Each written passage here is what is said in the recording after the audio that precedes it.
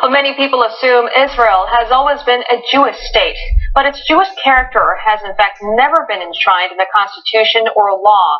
Now, as Israelis prepare to go to the polls early next year, the question of Israel's Jewishness is dividing public opinion. Harley Sleer takes a look at the controversial Jewish state bill.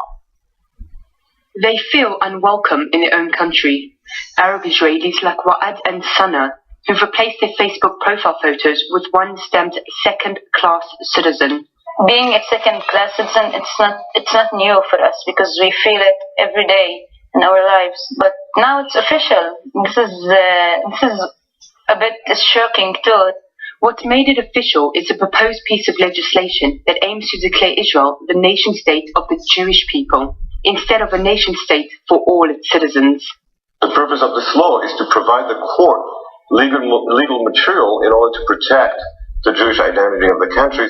And one of the reasons why the bill is so controversial is that while it gives equality to all Israeli citizens in the eyes of the law, one of its main clauses, the right of return, meaning automatic citizenship, is granted only to Jews. A Jewish person who lives anywhere in the world can move to Israel and become an Israeli citizen if he or she wants. But not so for the hundreds of thousands of Palestinian refugees who once called Palestine home. The bill presents a step back for the peace process, as this is a key Palestinian demand. Left-wing Israelis like former Israeli ambassador Ilan Baruch are outraged.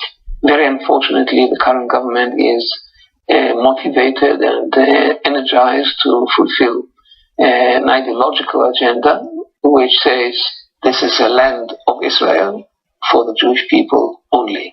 For us, it's unsustainable, either morally or politically.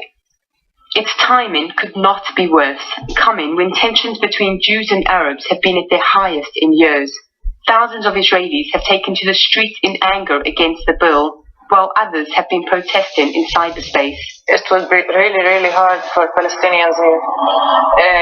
It would be harder to express ourselves. They're like threatening to send to Gaza everyone who's protesting or carrying the Palestinian flag.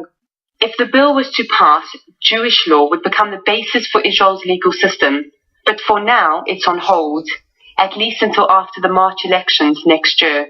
Israeli politics are in limbo as the country awaits the outcome of next year's parliamentary elections. If, as many here believe, the Israeli Prime Minister Benjamin Netanyahu is returned to office with a strong coalition, he's likely to press ahead with his bill and inevitably have to face the fallout it will evoke. Hayley Sleer, Channel News Asia, Jerusalem.